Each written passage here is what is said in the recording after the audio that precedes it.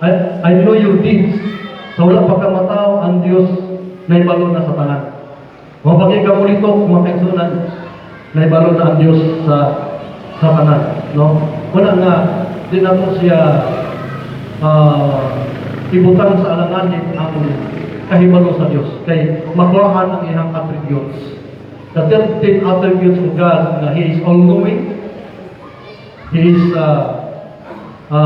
omniscient, makuhaan makisunan kung atong korolon ang Diyos sumala sa pinulungan nga osaragin nga ngalan.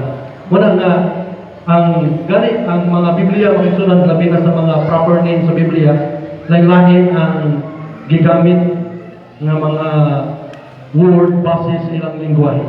For example, the word Lord in Hebrew, the word Lord is referred Adonai. In Aramaic, the word Lord is Maran.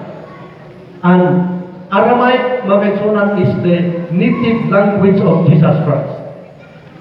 Aramaic is a native language of Jesus Christ. For example,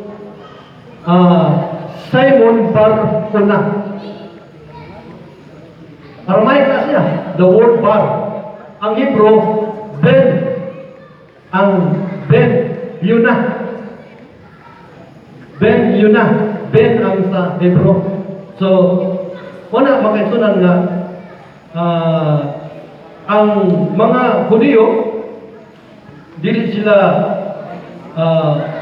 may nothing na nila kanang mga word English translation. Either Yahweh, kung sa pa nga mga ngalan, kung ang Hebrew character, doon na sila kaugalingon na vocalization based ilahang speech makaisunan.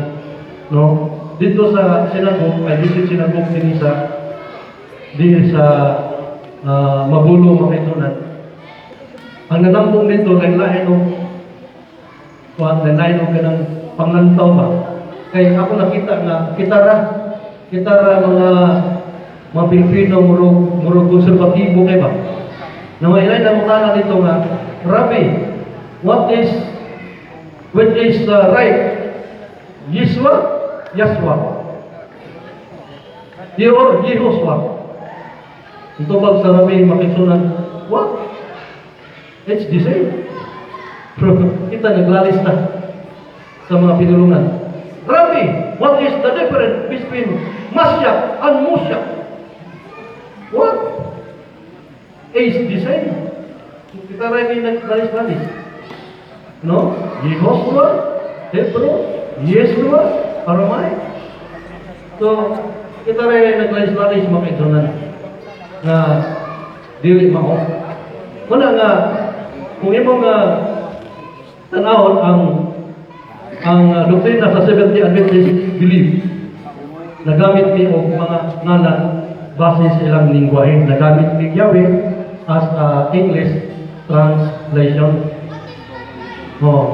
Naghan mo kayo mabasa niya, pero mao lagi ang usahay, masayok ko present, sakto ang pagbasa, sayok ang pagpresenta, sayok ang kanagubad. Kaya kung ilan ang mayunan makisunan, kung ilan ang mayunan, matod pa din sa Review and Herald, kan ilang ikot, mga siya, Review and Herald, matod pa din sa posisyon sa Seventh-day Adventist, matod pa din makisunan na the Seventh-day Adventist take the position that while is right and proper to use the name Yahweh upon occasion,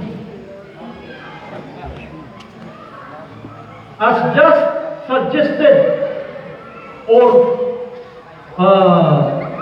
to is exclusively or occasion as just suggested.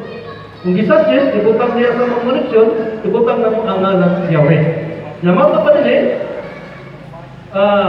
exclusively maintain this be done in is purely human invention that reflects zeal without biblical knowledge. Kung ilan dito diya, dapat ilang mayunan ang tanan na mabasa dinhi nga ang Yahweh is human invention, pag mamukos ka mao na siya without biblical knowledge. So klaro og tataw kayo nagbarog ang apuang baruganan sa Seventh-day Adventist ang paggamit sa ngalan sa Yahweh, sa ngalan sa ubang mga pinulungan base sa ilahang mga lingwahe. Ang letter Y makisunan, ang letter G gikan na po na sa letter yun. Letter Y, no? Nagana, nadali yun. Atong manon. Backward. Parehaan ang kuwan ba? Linguistically, for example, John. Kung sa Hebrew sa John, you ka na. Why gapon? For example, Jerusalem. Kung sa Hebrew sa Jerusalem, Jerusalem. Why gapon? Di ka lagyan pa ang G, di ka sa letter Y. Jacob. Kung sa Hebrew sa Jacob, Jacob. Di ka gapon sa letter Y. Oh?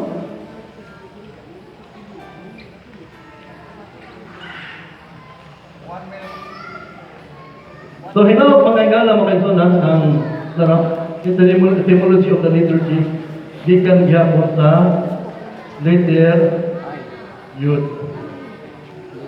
Etymology sa liturgy. So, hinawag mga igsunan nga ang Diyos magapanalangin ka na to. Brother Daklan, migo gyapon kay yun na may mga asipansin mga igsunan, hinawag nga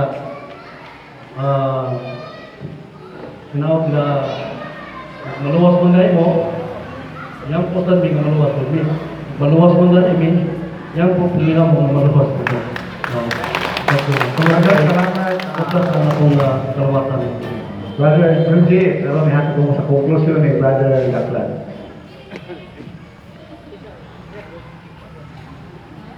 Hallelujah. So, Adventist documentation evidence. Why Sabbath school lessons? Number one, not only because it gives to young and old knowledge of God's Word, but because it awakens in them a love for its sacred truth. Meaning ang kaning Sabbath school, Bible study guide, doon ako yung sacred truth. Number two, it teaches them to regulate their lives by its holy teaching. So, kaya din sa school may so, yung nanisay balaan nga mga pagpanalo. Sa kotro, the privileges and opportunities which they now have of becoming intelligent in regard to the scriptures. So, ang Sabbath school, makapabright na to sa pagsabot sa kasulatan. 5, study the Bible, our guide to a higher, holier life. So makapahimo din akong balaan sa akong kinabuhi, makapasaka ng ligson, no? 6, to understand the foundation principles of the faith of Christ. Ingani kabugat ni Igsoon ang adult Sabbath school lesson study. Nga i-refer ni Brother Junji nga kini kuno needs further studies.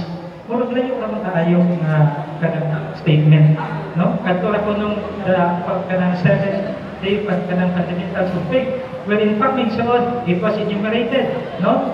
Unsa ka importante ang Sabbath school according sa ilaha. Now, with regards to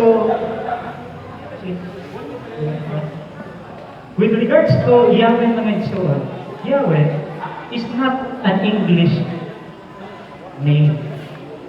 It's not an English word. According to their ministry, no, 1982, it is a Hebrew word. Ang mga taong mga bisono, tungod sa wala sila'y knowledge sa mga pinilit na katawan. No, sa punto sa kumpa ni Brother Junji, ng Egypto no, pinilit na katawan. Pagay ko, ikaduha nga si Kandari at na pinilit niya po sila katawan. O pagaan ka na ang Israel, more than 100 times gibutang pinilit na katawan. Majority wins. No? Ikaw ang Egypt ay pinili. Usara to ka text medyo ipapangitan na to. Napabaylaing text nga musubli ako. Wala na. Kaya ang Israel, mag-pinili nga katawan. No? Hebrew word is God's name Yahweh. A name. No? According to 1912 kanya mention. Sama ni. Ato, Sabbath school gihapon. Lesson. No? Balik. Hebrew word is God's name Yahweh, a name that represents the I Am. Now, ang Yahweh ng igsoon, dili ka kasabot ani kung dili ka mo study o basic Hebrew. Nani siya sa pinadayan 4:8. No? Ang gisulti nga to, no? May igsoon. Ang gisulti nga to, Yahweh, no? Tzibaot, Asher Ha-Yah. Yah. Kung ako na in English mention, who was, and who is the name Yahweh. Kung tanaw na nimo sa Isaiah mention, and even Revelations 1, gihatag na diya ang meaning. I am the Aleph and the Tau. Dili na siya Alpha at Omega, may dili na Griego ang mga katawhan sa Amahan. Aleph is the first letter of the 22 letters Hebrew language. And Tau is the last. So ang meaning sa Yahweh di ay the first and the last. That's why ang name irrefutable, infallible. Kaya ang meaning sa wala na kahibaluan ni sinugdanan o katapusan na kung di ka mahimong Yahuwah. No? Di ka mahimong Yahweh. Di ka mahimong Yahweh. Sayok na ng mga wamensyon, ng mga pag-pronounce. Kaya wala na nila napagdan. Yan sa may meaning sa Yahweh. Aleph and the Tau. I am the first, I am the beginning, and I am also the last. More meaning sa ngalan Yahweh. No? Now,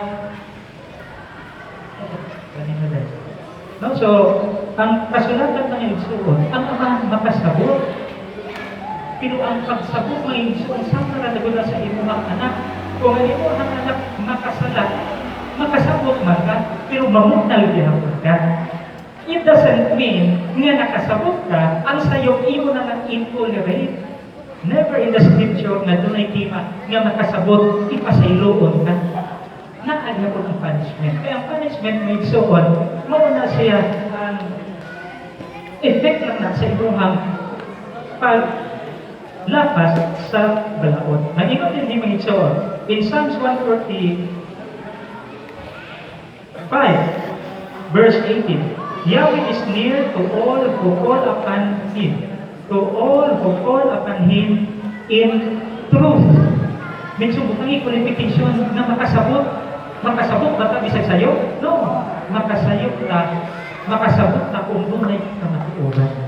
Ang amahan, in all the theme of the scripture may so, in fact, ang pagpamakap-usa, no, sa grave offense, sa constitution of Yahweh, na dili ka magsaksi, baka. Now, ang amahan may so, no? Ang amahan, nailhan na dahil sa ngalan Yahweh. Mauni siya ang mga Adventist, no?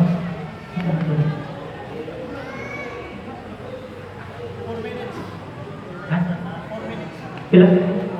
4 minutes. May isuon. Hindi pa lang may isuon. Ministry April 1950, the most important name is Yahweh. Has one name in the book of the Proverbs. Review and Herald 26, 1966. Christ declaring that Yahweh is the only true God. Review December 16, 1971 means so on. This is the personal name of the God of the Israelites. Worship. Adult Sabbath School means so on. Yahweh, more accurate than Jehovah. Yahweh was written with 4 letters, Yahweh. Elohim is a descriptive name. No? It is the proper, no, and personal name of God. And the long list go on mga igsoon sa Seventh-day Adventist.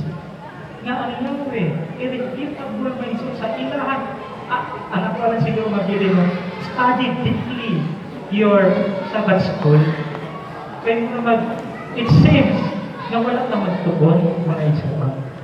No? Ano lang igsoon? Ang anak ng igsoon importante sa atong kaluwasan. Joel 2:22 nagingon, for whosoever calls on the name Yahweh shall be saved. Roma 10:13. Mao gyapon, for whoever calls on the name Yahweh shall be saved. In Revelation 7 verse 3, unsa may itatak sa atong mga igsoon? Revelation 14 verse 1, the name of the Father is the seal for those people coming from all the nations to be saved. nga lang mga igsoon. The theme of the scripture, no, points to one single subject, the name of the Creator. At wala mga igsoon, let's kuwan ba, kanang pander mga igsoon. Let's be humble. Kaya ang nga mga igsoon, akin na sa sugo. Kung we keep the Shabbat may suot, more than dakit sa may naghatag sa Shabbat, walang nailait si Agaya. No? So, salamat lang sa inyong mga panahon, salamat sa inyong pagtanhi, mga yung kami pasaylo, kung doon ako pinahimo nga di maayo, mga pulong mga isuot, no? So, ang ako alam mga isuot, dili yun sa pagpananin ninyo, study lang yung mga isuot, study lang na, at the end of the day mga isuot, kaluwasan na itong binapas. Salamat! Kung siya bayawin, panalay ng kaparapan. May kailangan din na focus ang atong activity karon. Hinaos sa uta nakatutlo mo o mga maayong pagtulunan. So, palihog na kita nyo mga higalay. Sign of goodwill and sportsmanship. Then, I hope that this activity was very fruitful and salamat. Okay. Sige. Salamat.